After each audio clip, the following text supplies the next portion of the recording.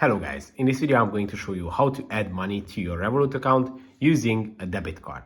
So it's pretty simple, you just have to open the app and then on the home page you have to click on this icon, the add money icon. When you click on it, you will see this menu where you can type in the amount of money that you would like to add to your Revolut account. And to select the transfer method, you have to click on this button. And as you can see, you can select between multiple options like Apple Pay, debit or credit card, easy bank transfer or regular bank transfer. Just choose the debit card and then you can either type in your card number, expiry date and CVV code, or you can also use the camera and scan your card and it is going to automatically insert the data from your card.